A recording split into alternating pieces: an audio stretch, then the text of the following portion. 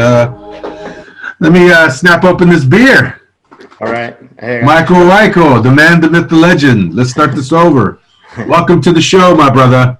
Thank you. Thank you for having me. Oh, there it is. I got to crack a beer open to talk to the man over here. Okay. All right. Hang on. There we go. I can't talk to you without having a beer. It's just a must. Just a must. Yeah, I understand. There you go. See, I'm not the expert, as you can see. Not the expert. Like that. Cheers, my friend. Cheers. There you go. Cheers. Awesome, man. As they say in Ireland, sláinte. And for those that are watching this podcast wondering, why are these guys just drinking over here? Why are they just talking and drinking? This is a weird way to start the show. But the reason why is because my guest here has a passion for brewing beer. That's one of the reasons why I asked him to be on the show. So, again, Michael, thanks for being on the show. I know we've worked together. Yep. And you has it been 2 years? A year since it's been a year. Just over a year. Just over a year. Okay. Yeah. So now you've left the company we used to work together. Yes. Well, I still work there, and you've took a different position, but within the company we worked at, you really had a passion for beer. So, dude, I want to hear your story. How did you get into beer? What was your passion? Did you start like everyone else, just loving drinking beer? Or, yeah, tell us, bro. There was plenty of times that we had times where we were just drinking. When we were young, we didn't have a lot of money, but we still wanted beer, so we were drinking Bud Light and Coors Light and just all the time, and it just kind of went from there. But what really started happening was new beers started coming out, and palates started changing. And in the early times, there was this beer called Pete's Wicked Ale. Okay. And it was one of the first craft beer, I guess you could say, beers that I had that kind of changed my attitude towards the beer that I was drinking. Right. And I really like it, but also at the same time, in my 20s, I didn't have a lot of money to pay for the higher priced beer type of thing, So, but as I got older, I just started having more and more of a relationship with the flavors, the different flavors that come from the beer. And then one day, so my wife's family,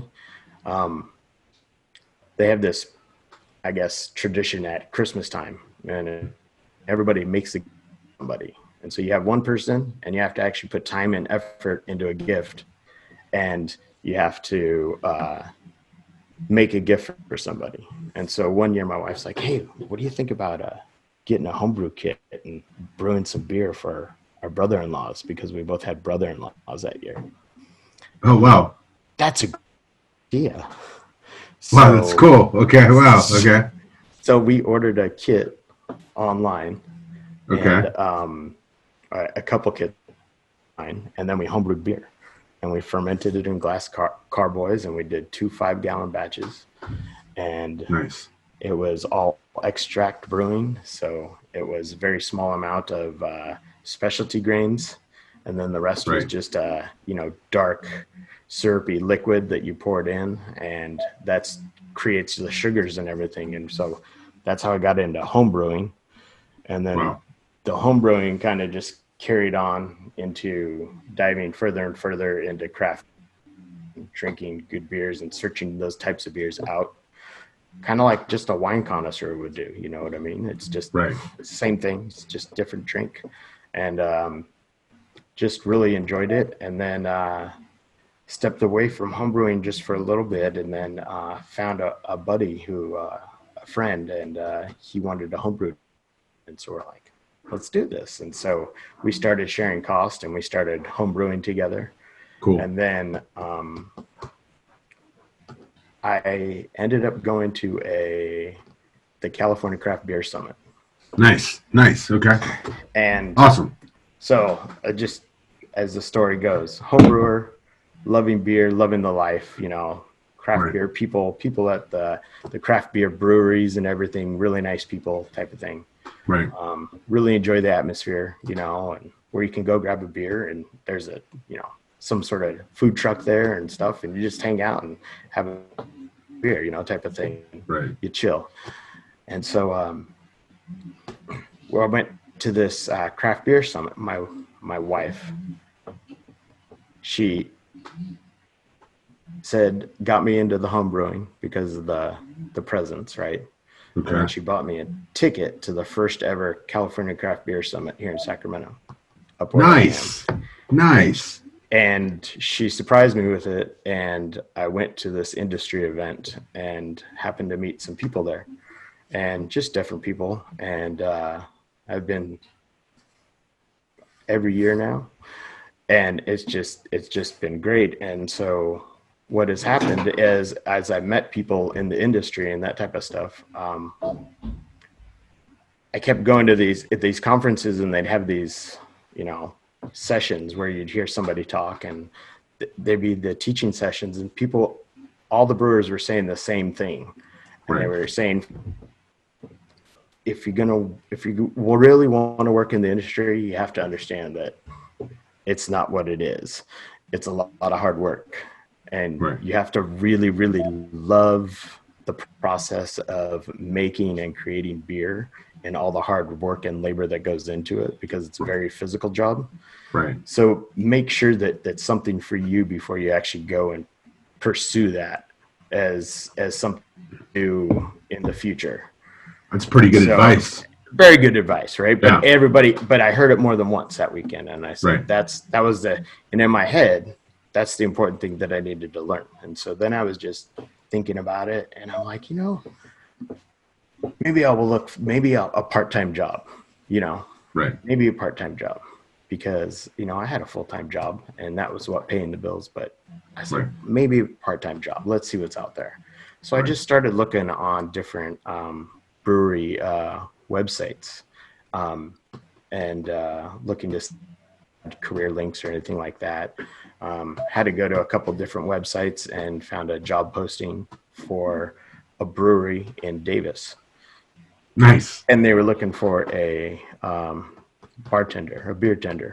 Okay. Right? And so I changed around my resume a little bit and sent it off to them. Now, funny thing is, at the first California Craft Beer Summit, I met them. Yeah. I met a couple of the owners. And so my resume went over there, and I got a call from one of the owners, Roy, and he said, "Hey," he said, "your resume came across my desk." And he goes, "And I remembered you from the Craft Beer Summit. And I just wanted to say, I already hired for that position." And I'm like, "Oh, no problem. Let me know if something else comes up, maybe." And he, now that I've got you on the phone and I'm interested, right? Right. Take every opportunity. And so he said, "Well, actually, we've been talking about taking on another brewing assistant. Nice. Is that something you'd like to learn?" Okay. And in my head, I went, "Yeah," because hell yeah, because that's really what I want to learn. That's what you want to learn. That's really what I want to learn, right? Right. And so I got a little giddy, and I'm like, "Yeah, absolutely." And he goes, "Okay, well," he goes, "Let me talk to my partners, and I'll let you know. We'll have to set up an interview." Yeah. Okay. And so some time went by. And we set up an interview. And it was funny because in the interview, they were telling me the same thing. Like, they tried to scare me away. They're like, "You understand, really? This is going to be physical. It's hard work. It's hard." Right. You got to have a passion. It's passion. And Roy, is like, "This is what it is. They're just telling you." Yeah. Physical work.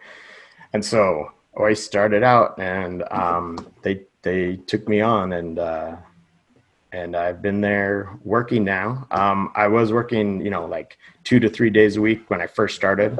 Okay. Really got my feet wet, really learned what was going on. Sometimes I'd work 4 days a week just starting out because I would work Saturday and Sunday type of thing. Mm-hmm. And then we were able to get into a more consistent schedule where I was working 3 a week. But as you're doing this, you also have a full-time job. Yes, absolutely. On the side, which has nothing to do with right? No, absolutely. So like I go to my job during the day, Mm-hmm. and then I'd get off work and I would drive straight to Davis, and I would go to work in the afternoon. And I would like at 5:30, 6 o'clock. Okay, and so then you I'd work for how long? 10 o'clock. Well, when I first started, I like 12 o'clock sometimes because I was learning. And so I was much slower at it. Right. But I had to learn how to do it the proper way, right? Of course. So right. There's a whole learning curve going on. And there's a whole, this is how you do everything. It's just, to me, it's brewing still. After doing so many home brews, it's still brewing to me. But it's on a larger scale. So learning how to use that equipment properly. You know what I mean? Right. Safety and everything like that. And things are under pressure. Things can go boom. Right. You know what I mean? Right. I don't know if you've ever seen those videos of. I have. Of the beer coming out of the tanks. Mm-hmm. Yeah, I've taken one of those baths. Wow. Yeah. Wow. Yeah.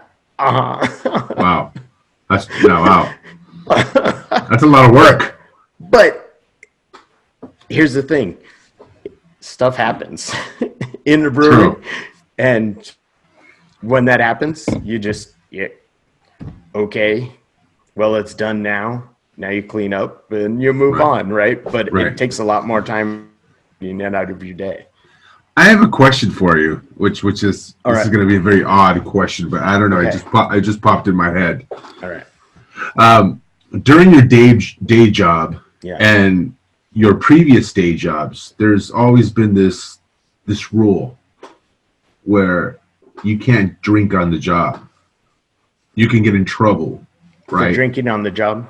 On the job. Just about every other job, your day job. Yes. Right. So working for a brewery, how is that viewed?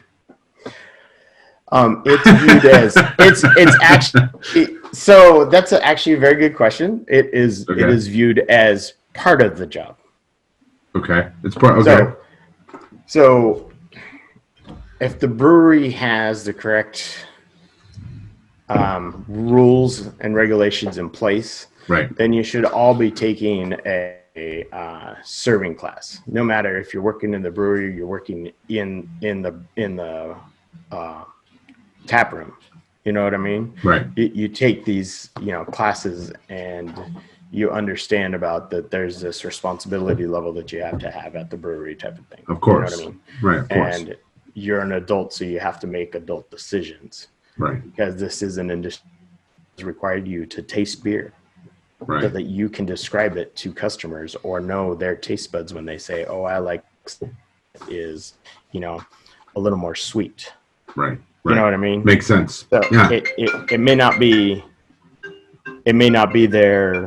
that sweetness may be something they're looking for. And in my head, I go, "Oh, I associate that with probably, I need to know, well, do you like a fruit sweetness or chocolate sweetness?" Then that leads to the next question. Right. Okay. That makes sense. So you have to know how to answer those questions. The only way to answer those questions and ask back to continue the conversation is to try the beer. Right. You have to know what's on tap. Right. You have to know what's brewing. As a brewer, you want to taste through each phase of the fermentation and brewing process. Okay. So there's always that tasting. You taste the wort just to get a for like the the sweetness of the wort, and sometimes if you had extra different malts in that beer, like are you getting chocolate notes type of thing on the sweet, and then that's going to convert with the yeast, and then so even in the fermentation process you'll try it a little bit just to just to get a taste for how it's going type of thing. Make sure nothing tastes off. Yeah. Because the worst thing that can happen is you don't taste it, you get all the way to the end, and then it's completely off and you have to dump it. Wow. It's like a big process. Yeah. And you almost have to drink so many different types of beer to really get the nuances of the flavors of every beer. Absolutely. You know, which is really fascinating to me because I recently went to a brewery called Bottle Logic, and they had a dark beer. They had a Snickers. It was a Snickers. Oh my God, it was so freaking good. It was, you would taste the actual chocolate in the Snickers. Right. It was amazing. So it's just I'm always been fascinated by the brewmasters that are able to create something like that, and they're always creating something new with a different twist. Yeah, absolutely. You know, it's freaking impressive, man. You know, so you have this day job. You have this passion for brewing. Yes. And you work part-time for this brewing company to know everything on just the entire process. Yeah. You know, right now, are you still working part-time for this brewery? Or you? Yes. Okay. Yes, I am. You're working but I have scaled myself back. Okay, because you were working from 5 to 12, right? To really learn everything. Yeah. As you mentioned. Exactly. Okay. Yeah. Nice. Exactly. Okay. So what level are you at now? Well, I'm ignorant when it comes to brewing and brewmaster. I don't know if it's level 1. So no. You get a white belt, a black belt. So there's nothing like that in my process of learning unless I plan to actually go and get professional schooling. Okay. And when you do that to become an actual real official brewmaster, I think Doman's Academy has like a brewmaster program that you actually have to go through, and there's different levels that you have to work through to get that. There's other ones where there's different levels for even judges in brewing. So really? Okay. The BJCP, they have their own selection and they have their own set of judges, and they have specialties that they can work for as they become a BJCP judge. Right. And then there's certain BJCP judges that become, grand judges. Okay. It would be at the large competitions, making the final decisions, type of stuff. Okay. You know what I mean? Cool. Right. And that's just the beer judges. You know what I mean? Wow. Right. And then there's even a Cicerone certification, which is like a sommelier of beer almost, where you're pairing beer and food together, type of thing. And so the Cicerone has different levels than that as well. Right. So there's like all these other ones, and there's a Siebel Institute of Technology in Chicago, and they have a whole brewing program there too. Right. And of course, in my backyard, I have UC Davis right here, which is one of the biggest brewing sciences program around. So they have a really good program. They have a really good program. Wow. I did take a side class there.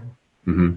Again, got a birthday present, and it was a side class, and it was a little bit larger brew day, where you were kind of taught hands-on about stuff. And so the first half of the day was learning a little bit of technical stuff, and then the second part of the day was going out and doing a big 20-gallon brew. So what's the process? Like if I'm just a normal dude and I wanted to make me a batch of beer, what are the essential ingredients that I need? Okay, well, essential ingredients. The first thing you need to do is you need to find yourself a really good home brew store. Okay, home brew store. Number one. Yes, number one. The second thing you'll need to do is you'll need to find a recipe, basically. Okay. Number two. Then you would go look at your recipe. You would get your grains together. Okay. And if you're having any other additives, so like if you have oats or wheat flakes or something like that you're going to put in the beer. But mainly your 4 ingredients are your grains, your water, your hops, and your yeast. Okay. That's basically it. There's all these additives, right? But there was what they call the Reinheitsgebot, and it was in Germany, and beer could only have these essential ingredients. Okay. And so you couldn't add salt, you couldn't add additives to it. You couldn't throw in a gallon of fruit. You couldn't even throw in 44 pounds of fruit. Do you know what I mean? Like, right, oh, that's right, not right. beer. That's not beer. You can't do that. Right. Right. And so, they said, this is what it is. And there was this big, that's what's changed, I think, in the US, like they've taken those 4 ingredients and then they're like, well, we don't have to abide by that. What are we going to do? Let's start throwing stuff at it, because people are like, let's start creating. Right. Let's start trying to make really, really good, tasty beer. Like they make really, really good wines. Like they make really, really good liquors. Right. Let's see what happens. What happens when you let something, and then there's the happy accidents. IPA is a prime example of happy accidents. That's a happy accident? This is a happy accident. What do you mean by a happy accident? It was an accident? Yeah, so IPAs, it was an accident. Mm-hmm. Oh, I want to hear this story. Okay, so the ale that the British were sending to their troops in India would start going bad by the time it got there. So they needed something natural to throw in as an antibacterial, and so they would throw in a whole bunch of fresh hops for the journey over to India. And then it would create this hoppiness. The beer wouldn't be bad, but it would have this robust hoppiness to it.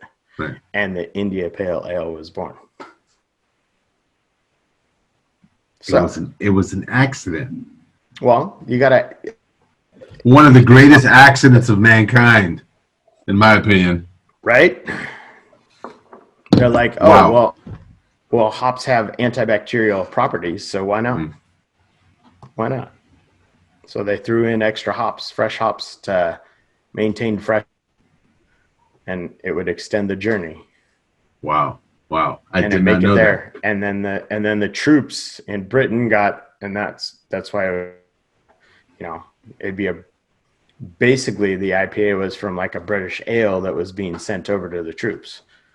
Wow. And they wanted it to be fresh when it got there, and the troops developed a flavor for the hoppiness. Right. And thus it was born. Wow. That's awesome, dude. I didn't know that. Hey. Wow. Another great story. I never even knew that. Jesus Christ. Thank God for that. Thank you. So, cheers to that. But yeah, it's just, but it's things like that that you learn just being a part of the community, being involved in the beer scene. Yeah. Talking to other brewers, talking to learning people's taste buds. Yeah. The thing about when you're creating beers, you want as many people as you can to try it, right? So you want to get it out to the masses, especially if you want to do anything with it in the future. Yeah. Quick question: What's the most craziest beer that you got to taste? And what I mean by crazy is that the most unique, crazy combination of flavors that you've experienced. I got to try this. I want to say I'm pretty sure it was a Flanders Red Ale. Okay. So a Flanders Red Ale is a little bit of a sour reddish brown beer. Okay. And so it has a certain funk to it, a certain acidity. It'd be on the sweeter side for sure. All right. But this beer specifically, and now it slips my mind, of course, because I'm talking to you about it. So, but it had this way about it. Like I was having it with a couple beer judge friends of mine, and it was 4 of us. There's 4 of us sharing this bottle. Right. It was like a four-person private bottle share. Okay. That was it. Wow. And we tried this Flanders, and it was like when I first had it, I got like Coca-Cola. Okay, like, wow, how did that happen? Right? Right. And then the next time I tried it, it was like this cherry with like a sweet molasses. Ooh, that sounds. Oh my So God, that sounds good. You would drink it, Wow.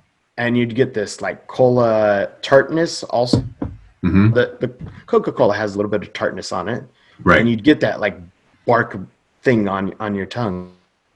You'd be like, "That's interesting," and then you let it sit, and it warms up, and then it gets this cherry molasses thing going on, and you're just like, "What Oh is my God, that that?" sounds amazing, man. Jesus. And then it Oh. switches, and it becomes this tart honey, Oh. and you get this really like, yeah, and it was absolutely Wow. incredible. But what was more Can incredible, I? Is this available for purchase anywhere? so that's the other thing. Like, what was more incredible was that this was like one of those bottle shares where somebody's been saving specialty bottles. Right. And it was one of those moments where I was sitting around and I felt out of place. Okay. Because I was sitting there with two beer judges and the owner of the brewery that we were at. And I'm not gonna drop names, but like it was amazing. Wow. It was amazing, and it was just the four of us. And I have no idea So how cool. I got invited, but what was more important was I remember the experience of it. Does that make sense? Right. That's I awesome. remember the way that beer tasted and it made me feel. Right. But what was more important was I remembered who I was with, and the experience of that moment was actually far greater. Yeah, it was fantastic beer, but that fantastic beer has a relation to me into the people that I had it with. Wow. If that makes sense. That makes sense. I completely. That's how I love to experience beer. So I think that's the relational goal, I think, of any brewery. If they're trying to do it right, they're trying to reach out to their people and they're saying, hey, come hang with us and we'll make great beer for you. Because everybody wants to feel like, oh, they made this for me type of thing, right? Right. So you have a lot of passion for beer, bro. I think better than IT. Way more. It's a possibility. It's a possibility. Yes, absolutely. You're a genius when it comes to IT. That's one thing I wouldn't go that far. Well, okay. Well, you're a mad genius because you're really good at it, but you have so much passion for beer. Is this something that that's a side hobby, or is this something that you want to grow to something? Well, let's put it this way. Yes, I think the goal is always to grow in that direction of what you would like to see your life be like. So what does Michael Wichael like to see? Well, I mean, so that's what I want to know. That's the spot there.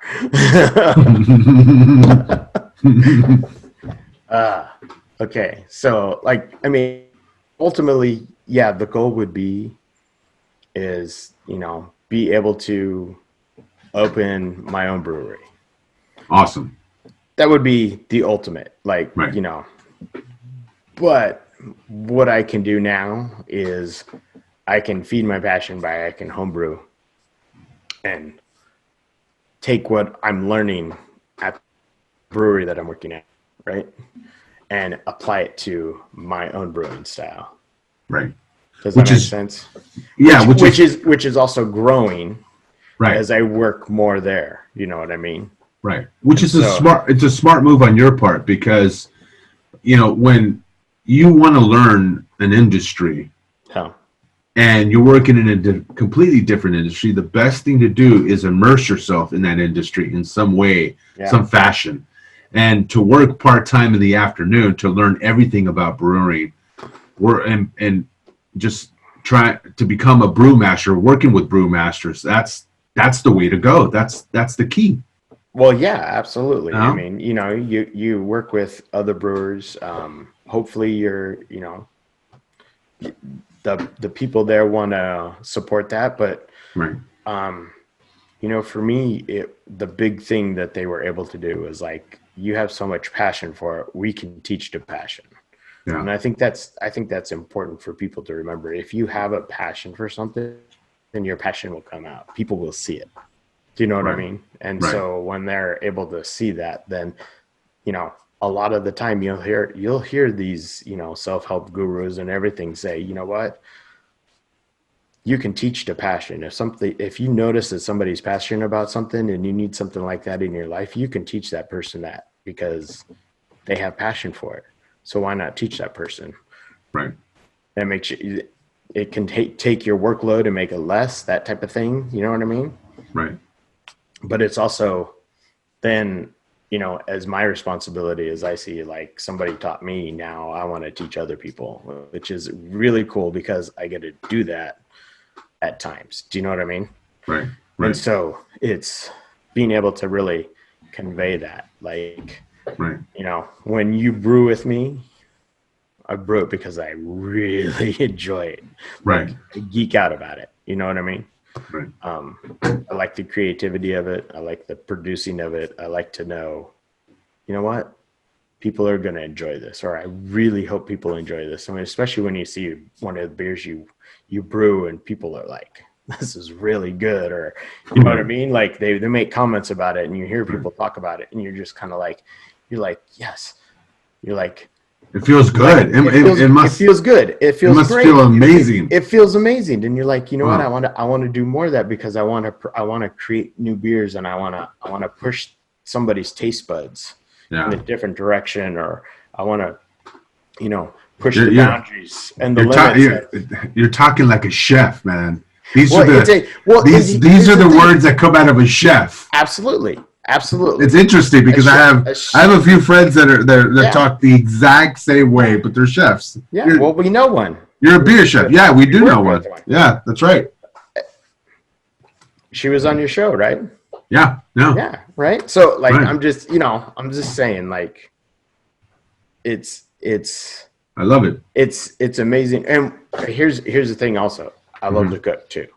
Don't get me wrong. I love to cook. Yeah. I love to, like, taking a piece of meat and barbecuing it, or doing something that makes it taste amazing, type of thing. I love that. It's fantastic.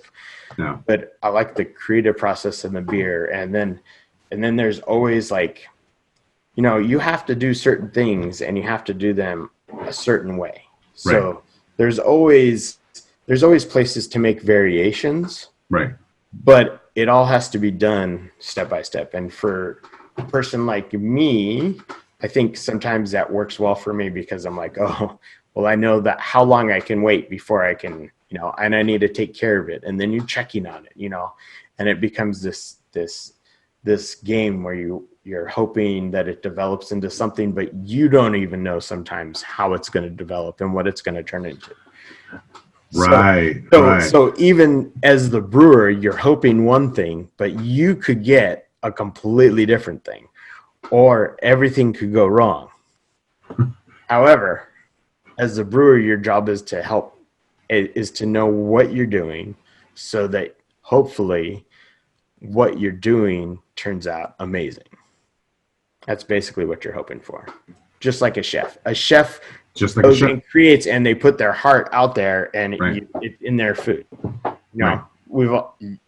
You've been to those restaurants where you're like, this is pure love right here, or, you know what? I feel like my mom just made this. This is amazing, and I'd rather eat this than pay the high price over here. Do you know what I mean? Right. That's true. But everything's attached to a emotion, right? True. And so everything in beer is tied to an emotion. Right. It's the creating of the recipe, using your own creativity after you've started doing so much, and being able to use your creative mind in a way to create a recipe that really says to people, I really like that beer. Could I have some more of that, please? You know what I mean? I mean, that's what you want to make people happy, and you can do it. If they like beer, if they enjoy beer, right, you can make them happy. And it's just something that it's just something that you want to do. No, that's right. Dude, and how many types of beers have you created? Like what? Because I know you've made tons of beer at home and you've created so many different recipes. What's your favorite top three? Okay. Or is it secret? Okay, so no, not a secret, not a secret at all. I mean, if I don't know if I have an actual top three, but over this is probably up there in the top three, I guess. I will give you three, but not in any particular order. Okay. Over the summer, we made a beer because there's a new yeast that's becoming popular. Let's just say this year was the year of Quebec Yeast. Ah, okay. And it's this yeast from I believe it's like Norway. Okay. And and it has a very high temperature tolerance. Okay. Higher than most people have seen. Interesting. And so you can take some of these yeast and you can ferment your beer at 95 degrees. What? So normal fermentation temperature for an ale might be between 68 and 72 degrees. Maybe you're pushing it at 72. But when you're home brewing, that's kind of your range, right? That's what you want to maintain, right? If you're doing an ale. Now, if you're doing a lager, you want it much cooler. Okay. You want it like 62 degrees or 52 degrees to, maybe 56 degrees at the end, because the lager requires cold and the yeast works better in the cold, right? I didn't know that. Okay. Yeah. And it takes longer for the yeast to work. Okay. But it makes for a clearer beer also. Okay. Like the lager, that's why a lager is much clearer than say an ale. So the clearer the beer, so if I go to a brewery and I have a really clear beer. Like this is a really clear ale. This is a really clear ale. This is but this is a typical, like, maybe, it's from Deschutes. So, nothing bad from them. And they're fantastic when it comes to their IPAs. So, this is a classic West Coast IPA right here. And you want your ales crystal clear, but that lager is going to be even clearer with a lot of, tiny bubbles, and you just get kind of that, that summer beer. And so that's kind of like, if you think about it, right? When would you make lagers? You'd make them in the winter time. Right. And they'd be ready around spring and summer. Right. Okay. And then is that the time? And then you make it when you're a home brewer. Yes. When you're a home brewer. Yes. If you have a cold winter, you want to make lagers during the winter. But when you're a professional brewer, you have equipment like glycol chillers. Okay. That can cool your beer, right? Right. And so you would have lager beer and lager tanks temperature controlled any time of the year, which is fantastic, because you can make a lager on shorter notice. A lager literally takes, maybe you might have 4 weeks or a lager will take, 4 weeks for an ale. So a lager will be 6 to 7 weeks type of thing. Okay. And so as you go along, the lager does take a little bit longer because it's a lower temperature. It's a slower ferment. Okay. I didn't know that. Wow. And how about an IPA? An IPA is an ale. It's an India Pale Ale. Right, so pale it's ale, just an ale. So, but this Quebec yeast ferments at 95 degrees. And so we pumped out over the summer into a fermenter that we had, and pumped out, and it fermented out within 2 days completely from start to finish. Now, normal fermentation time, when we have an ale alone would roughly, main fermentation is about 5 to 7 days. Okay. 10 days, it's probably done with first fermentation, and you can go into secondary fermentation. Right. But this Quebec out down to gravity within 2 days. On the third day, we had to move it out of the fermenter into kegs. Wow. Then we chilled it, and then we served it at a beer festival up here in Woodland, homebrewers. Okay. And so we got invited to the homebrew or to the Brewers Festival, and we poured our homebrew there, and it was a hazy IPA, which I know some people have there's a clear distinction. You either like hazy IPAs or you don't like them. Some people are. It's true. They're trying to fight back. They're trying to fight back with the bring back my West Coast IPA. That's I true, understand. Though. I understand. Yeah. Good point. But I do want you to know I am a lover of hazy IPAs. Yeah. And I love IPAs all around. But it's my favorite. All around, yeah. I can go from West Coast IPA to a hazy IPA, no problem, because I like them both. Okay. Like I don't discriminate against my IPAs. Yeah. You know what I'm saying? Yeah, no. I'm the same way. That's my go-to. IPA. Exactly. My go-to. I love IPAs. So, but you know what's funny? One of my most favorite beers of all time doesn't happen to be an IPA. It happens to be a porter. Really? Yeah. Okay. Is that one you created? No. Not one I created. No. Actually, it comes from Deschutes as well. So have you made any beers lately at home? Or Yes. Oh, tell us about that, dude. Ooh. So, you want to know what we have currently at the home scene? Okay, please. So currently. So when I go to Sacramento, I could stop by. Okay, there you go. Currently in the fermenters is a porter. Ooh, okay. That we brewed actually, which is funny that we're talking about, but we brewed it at Christmas time, a little ahead of Christmas time. Okay. And we brewed about 15 gallons of it, and we split it up into 3 different kegs. Nice. And we add our flavoring to our kegs because that's the best time for us, right?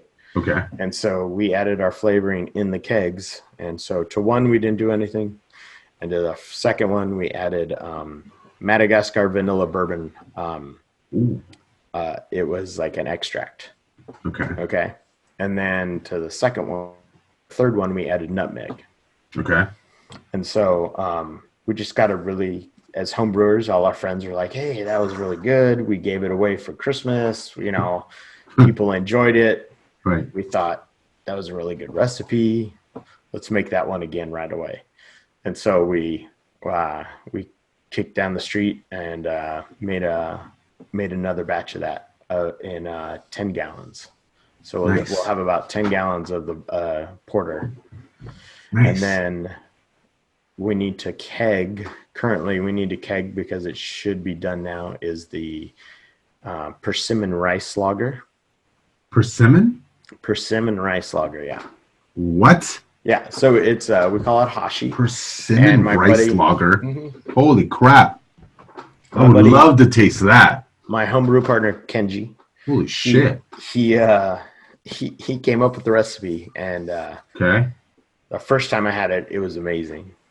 Wow. And we were like, "This is really good," and it was a really good lager, and we just kept making it, and it's fantastic. Wow.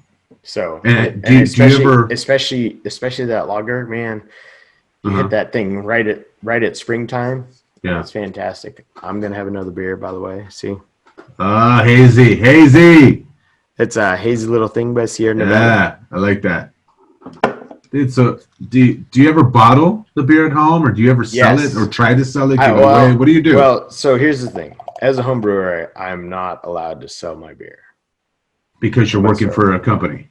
No. Because you're not allowed to sell alcohol without a license. You get in serious trouble for it. I'm talking jail time. I love the way you looked right at the camera. I did not sell my beer at all, ever. Okay, understood. But I give it away like crazy. Okay. Oh, okay. Oh, that was hilarious. You give it away like crazy. That's awesome. Give it away I give it away like crazy, and it might be self-absorbed, but I want that feedback.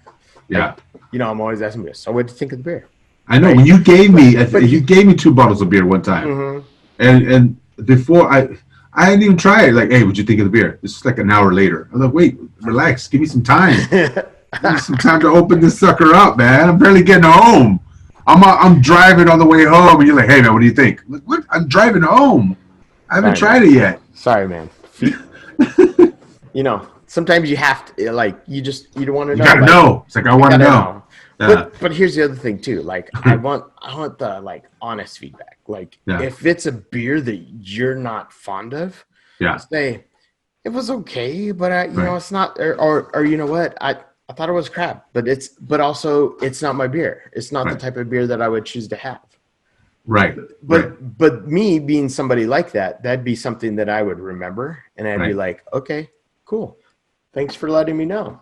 I appreciate your feedback, because I want to know that. But in the back of my head, I'm like, you know what? Challenge accepted. I'm going to brew that guy something that he's going to love. Do you know what I mean? Like, in my head, that's what happens. But how can you please everybody? Because if you're asking for feedback constantly, you can't make everybody happy. No, you can't make everybody happy. Absolutely not. Absolutely. But as somebody who loves the brewing process, in your head, you're like, oh, well, that idea. Or, but you have to be willing to ask the question, oh, that's not your jam. So what is your jam then? What kind of beer do you like? Or have you tried a beer that you like? Right. Do you like chocolate flavors? Do you like coffee flavors? Right. Or do you like fruity flavors? Do you know what I mean? Right. Do you like something sour? Do you like something sweet? Right. Do you know what I mean? There's right. It runs the gamut. Do you like something hoppy and bitter on your tongue? Right. What's funny is you'll find is that the bitterness is directly related to usually your black coffee drinkers. Interesting. People who tend to like IPAs tend to like a little bit more bitterness. And it may not be everybody, but some of them prefer the bitterness, and they prefer coffee bitter, and then they prefer IPAs also. That's interesting, because I love IPAs and I love black coffee. Hey, give me a cup of coffee anytime. Yeah. Right. I don't add milk. I don't add just black. Yeah. I like the taste of the coffee, the bitterness. It's not everybody, but for some people, that's what it is. It hits on their tongues the same way the bitterness from coffee can hit on your tongues as well. Tongue as well, right? Right. That's awesome, dude. So you're working at this brewery part-time. Yeah. Have you put together? Have you worked shows with the brewery at all, or different shows? I've done a couple, beer festivals. Cool. Awesome. It's been. I did the one in Sacramento. Awesome. There was Capital Beer Fest. Oh, cool. Awesome. And then there was the. Is that the one? Capital Beer Fest, and then there was the beer festival after the summit as well, the California Craft Beer Summit. Okay. I think those are the only two that I've done, really. Okay. And then, but I really enjoy the being in the brewery and taking the recipe and then creating it. Like, that's awesome, dude. The whole process. The whole process, right. Like, I mean, wow. Being able to, learn different grains and the different malts that are out there. Yeah. You start to be able to piece things together in your mind. So you're making these recipes. Yeah, there's somebody else's recipe, sure. Yeah. But in my mind, like, I want to do this recipe justice. Does that make sense? That makes sense. Like, yeah. I know the people that I work for, and I know what they want. Right. I know what they expect. That's the other thing, right? You're working for somebody. You have to know what they expect.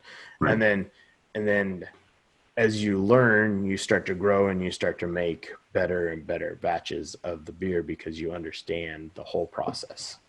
That is freaking awesome, man. And so as you do that and expel that out into, what in their mind they have created into recipe, you're able to go, oh, I see what they've done here. and then take it. And then I, especially as a home brewer, take it back with me and go, oh, they did this, this, and this. I said, I wonder what happens if I do this, this, and this. Right. Like I like the green on this batch when I tasted it, and it made me think of possibly putting it with this green that I tried on this batch. So you're always creating. You're experimenting. And it's just like that's cool. Eating, you're just tasting the grain, tasting the toastiness, right? You're tasting the toastiness. You want to know what it tastes like. You want to know what that might give. And at the same time, you're trying other ones as well. Right. And then you smell hops, right? And you smell in hops, and you're like, oh, I would like to try this with this and this. Right. You know what I mean? Like in your head, you're thinking, oh, and then I could do this. And so you're around these ingredients that fuel your passion and your creativity. You might create another accident. Right. Exactly. Well, you mean you don't want but a good accident. You don't want to technically. You want to. I mean, when you're working for a brewery, you want to follow their recipe. Right. Of course. But when I'm home brewing, sometimes. But here's the kicker. Here is a brewer's greatest skill. Yeah. And that is note taking. Can you take impeccable notes, and can you make sure you follow those notes the next time? And then if something is slightly off, or you had to make a slight adjustment and the beer was suddenly better, you go back and you change that recipe, because now you've got a slightly better version of that recipe, right? So taking good notes is key. Taking good notes throughout the whole process, right? Right. Did you what type of water are you using? One of the biggest things is water chemistry. What type of water are you using? Are you using just city water? Well, you need to know the salts and the minerals that are in your city water. Okay. Because sometimes that can lend to the flavor of the beer. Okay. So type of water is important. Absolutely. But so some breweries, what they'll do is they'll have reverse osmosis systems. Right. Oh, nice. And it reverse osmosis. So it comes out at 0 on the pH scale, right? Right. And then depending on what you're making, you add salts and minerals to it. Right. And you adjust the pH that way. Brewers back in the day, they would get past that by using acidulated malts. Remember, I told you earlier about the Reinheitsgebot? Yeah, right. So they couldn't add. They had water, hops, yeast, and the malt, right? Right. And so and so it was like you can't do anything, and so they would add acidulated malt, and it would change the pH of it, because they were technically still using malt. So it was acidulated malt, and it would change the pH to effectively make what they were looking for. So that's how they would get around the old school brewers. Right. But now, with the creativity of all the brewers out there, you can easily take your RO water and add some salts and some gypsum to it, depending on what you're looking for in the hardness or the softness of your beer, depending on what you're making.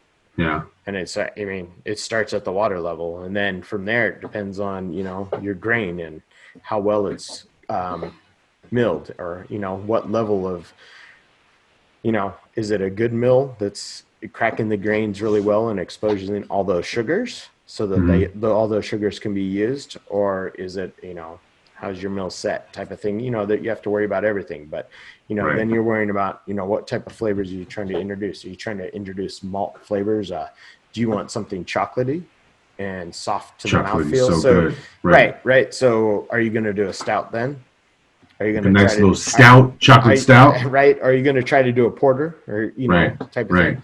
Right. Do you like coffee? Are you going to have a coffee porter? Right. Or are you going to do something crazy and you're going to do a coffee blonde ale?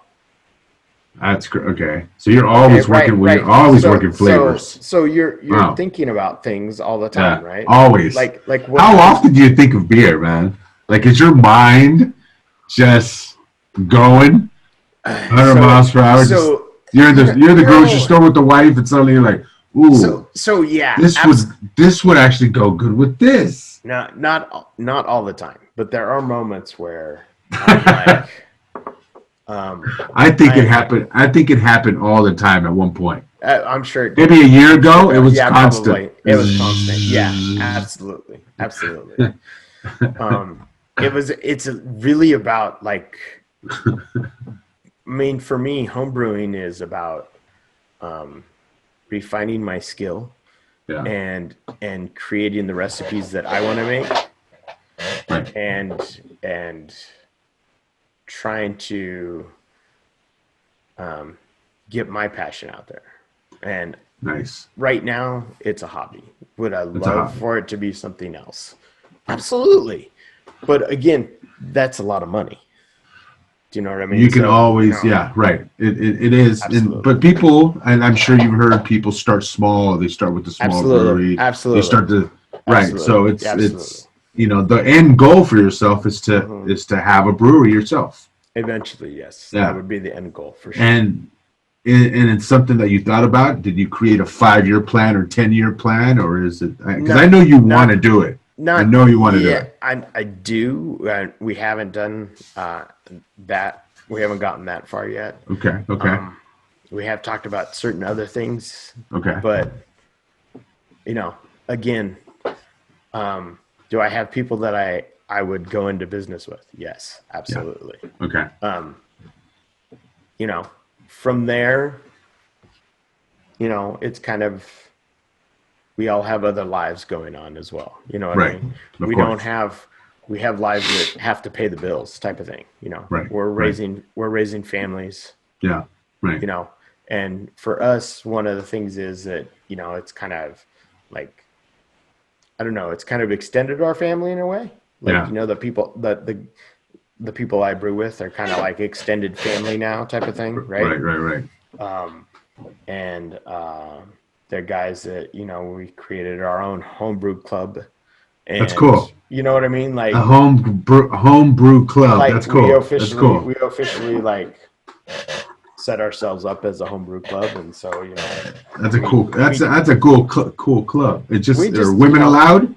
Yeah, sure, absolutely. It's open to the public. Absolutely, I love it. Like so, but ultimately, cool. our goal is eventually we would love to, as a group, that's awesome, open our own place type of thing, right? Yeah, cool. But again, it's a slow process because we also, at the same time, want to make sure that if we did something like this, that we're offering a good product. Awesome, does that make man. sense? So that makes sense. So home brewing for us is refining our skills, finding stuff that people like, and trying to build that library, so to say, of different recipes that we might have going on. And as we grow and everything like that, we slowly, make, a couple larger batches, and we work on it, but we're also limited. We're also limited as homebrewers, by how much we can make as well. So that's cool. We can make it, and then we have to, give it away. You can't sell it. Give it away, right? Give it away. So you'll go to jail. Exactly. Well, and then as homebrewers, we can only brew a certain amount. So let me ask you this, dude. What you have been home brewing for how long?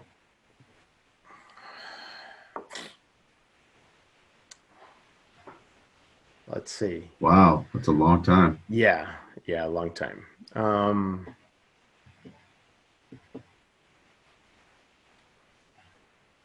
6 years? Maybe no, a little bit longer than that. You practically have a master's degree in this, in home brewing. I started my journey slowly with the, but I would say, if I think about, maybe 11 or 12 years. Wow. So that's awesome. Wow, that's a lot of experience to kind of go through. And now I've had wow, I've that's had impressive. I think it's almost 3 years now Yeah. maybe just, I think I'm just at 3 years maybe, but at 3 years of working for 3 Mile, and working for a brewery. 3 years. Yeah, Okay. 3 years. So wow. Okay. So let me ask you, dude. What kind of advice can you give somebody that wants to do home brewing at home? the home brewing is again, Pick up a book and just start experimenting. well, absolutely. Is that Find, okay? if you like beer and you decide, hey, I want to try to create something that I would drink, understand that it may not be great out of the gate. Right. It may not go great out of the gate, but find yourself a good homebrew store. And a lot of those places, what they'll do, if they're a good homebrewer, is they'll make kits for you to try. Okay. And they give you printed instructions. And basically, if you want to try to make it, just follow those instructions so that you start understanding how the process is done. Okay. How you take that sugar water and you convert it with, you concentrate it, you convert it to, wort, and then you add, hops and, possibly other things to it. And then you add that yeast and it turns it into beer. Awesome. And if you can, they'll walk you through step by step on what you're supposed to do. And so understand that, your first batch may not be great, but if you follow step by step what those instructions are, you should make a fairly good batch of beer that you can actually drink with your buddies.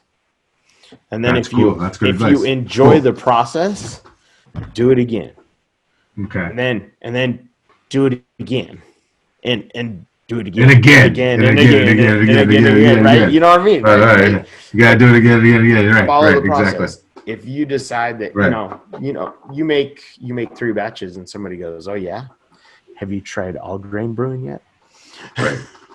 Know that you could start having a little bit of little bit more of expensive hobby than you thought you were going to have, right?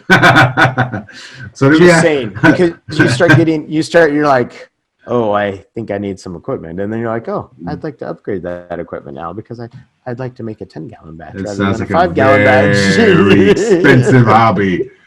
Very expensive hobby. So would you recommend people, if they want to really learn more about brewing, aside from brewing at home, working for a brewery? Do you think the knowledge that you can actually acquire there is higher? I think when you go into a brewery, talk to those bartenders, those beer tenders. Yeah. Give them slack if they're busy. Don't talk to them if they're busy, of course. But if it's a slow afternoon or something like that, talk to them. Say, hey, what do you like about working here? Oh, cool. You know what I mean? What got you in the business? Ask them. Right. Ask them to talk about it. They enjoy talking about it. You know what I mean? We enjoy talking about it because it's talking about their journey in beer as well. It's them talking about beer. Cool. And so that's awesome. Talk to them about it. I would suggest, if you really like brewing and you want to learn more, like home brewing. Yeah. Like I said, find a good homebrew store.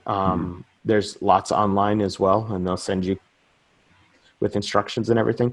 Cool. Some of them have starter kits. I mean, I started out with 5-gallon buckets. Okay, so like I started somewhere, people. Start somewhere. Literally, I would boil like 3 gallons in a pot, right? Yeah. And then I would cool it down. Yeah. And then I would add it to a bucket, and then I'd add extra water to that bucket, right?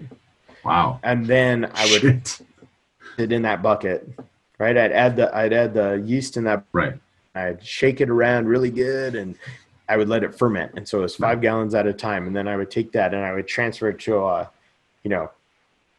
a bottling bucket. And then from the bottling bucket, I would have to sanitize all the bottles. Right. That's a process. So I'm getting tired just listening to you. Here's the thing. Shit. After you boil beer, literally after you boil beer, nothing that touches the beer should be not okay. So everything that touches the beer, I should say, after you boil it, needs to be sanitized. Everything. So the spoon that you stir with needs to be sanitized, like actual using sanitizer and sanitizing it before stirring it. Jeez. So, like, the bucket that you put it into has to be cleaned and sanitized. So you use a sanitizer. It's a low acid with lots of water, and you sanitize it. That is a process. Wow. Yeah, absolutely. Wow. Yeah, and so you can't, because one little infection, right, can screw the whole batch up. Screw the whole batch up. Wow. You hear that, people? Make sure you sanitize everything. So here's important. Here's what I want to say. Okay. If you really, really, really like cleaning and sanitizing stuff, then you should become a brewer. Here's the thing. 95% of what you do is cleaning your equipment. Because if your equipment is not clean, then how do you expect to make quality, good, excellent beer? That was the deepest shit that you dropped in this entire podcast. Well, thank you. That was pretty I don't know deep. about that, but thank you. Yeah, that was pretty deep. Yeah, no. Like it's true though. It's like it makes sense. It's totally it true. makes sense. It's like you can't have quality beer if literally 95% of the time when I'm especially if I'm working the second shift at the brewery, I'm cleaning. Yeah, I'm cleaning because somebody else has to come in and I have to make it shine for them so that they can produce good beer. Right. What I do the day before the next guy coming in to brew. Right. That guy, he's relying on me that he doesn't have to possibly make a horrible batch of beer, right? Right. And I hate to cut off your breweries. I want you to touch on this. Okay. I'm looking at my phone. Yes. And I want you to tell me a little bit about this. About what? Oh. What is that all about? Can you see that? Yeah, I see it. ByPass Brewing. What is that? So ByPass. Is that you? ByPass Brewing. Yes. That's you. Yes. Okay. That's me. Absolutely. Instagram. Yes. So I am one of three. Let me read it. Let me read it for everybody. A group of friends that homebrew and hope for a future with our own brewery. Damn. Yeah. Wow. Woo! Woo! Right. I'm sure. Woo. I'm sure if I was a marketing genius, it would sound better. But why ByPass Brewing? How'd you come up with that name? So I know. I love the logo, by the way. I love the logo. It's nice. So some people, have a what ByPass? What am I? Yeah, right. Why ByPass? Surgery after drinking your beer, and it's not. It's a shout out to where we live, basically. So, where we live close to an area that's called the Yellow Bypass. Oh, and Woodland. We live in Woodland, and so we live near the Yellow Bypass, and so the bypass is the area that they open up when the river swells too much, when the Sacramento River swells too much. Yeah, they open up this farmland area and they flood it, and so and then there's this Yellow Bypass wildlife area that's created just at Davis, and so there's this wildlife area that's created to protect the wildlife out there. But when they flood the bypass, there's even more birds and just amazing things to see out there. Okay. And so the bypass is basically what we say, it's like it separates the Yellow Bypass kind of separates us from like Sacramento, even though West Sac's right there on the other side of the Yellow Bypass. Right. And then there's Sacramento. And so if you see the city from Woodland, if you see Sacramento from Woodland, right, you can see some of those structures in our logo. and okay. you'll see across the wall.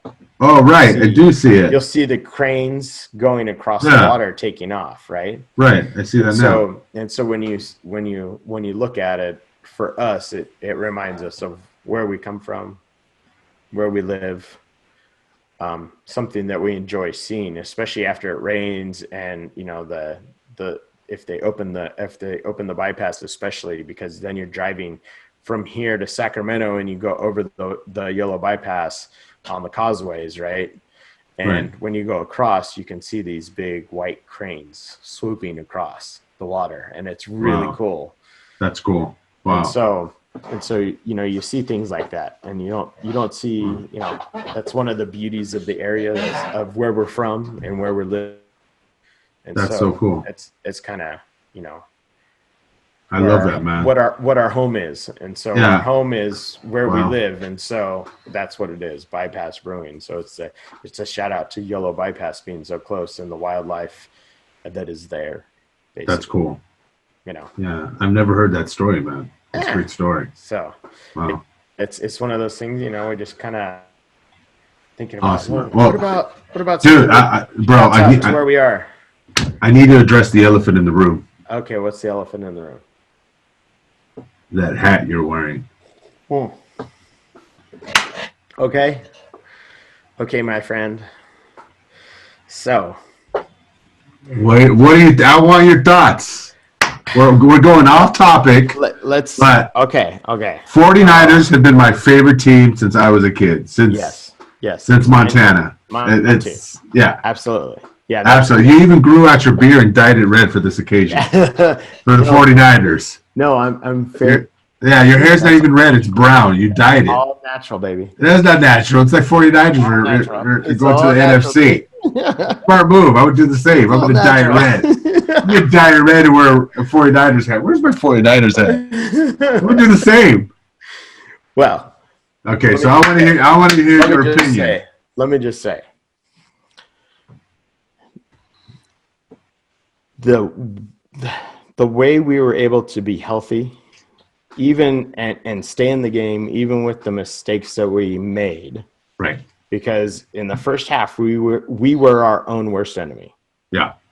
And the way that we were able to limit ourselves, and then the way that we were able to be explosive off the line to allow Tevin Coleman to run so hard was fantastic. But for us to continue on, all three of those running backs got to do fantastic. And I personally think they have to take Witherspoon out and start Mosley instead at quarterback. Okay. I just don't think Witherspoon he's been blowing coverage a lot. Right. But he has. But Mosley has not. He's been all over the guy, and he was fantastic in that game. And we need people like that to step up. So what do you think it's going to be? San Francisco and who? Green Bay? So well, I mean that's who that's who they're playing next week, right? I know, right, but right? It's gonna be San Francisco. I think it's gonna be San Francisco. San Francisco, absolutely. And I would, as just a fan of football, I would love to see the Titans. Right. But being a fan of football, I saw what Kansas City did. That was crazy. And that game was crazy. And wow, that game was crazy. Wow. Talk about making adjustments and coming back. Do you know what I mean? And unfortunately, the Texans got the win taken right out of them. Right. You know what I mean? But, wow. Kansas City, wow. Props, right? That was amazing. It was amazing. But what impressed me the most out of everything was the Titans. I was floored. So, San Francisco and Titans. Are we calling it right now?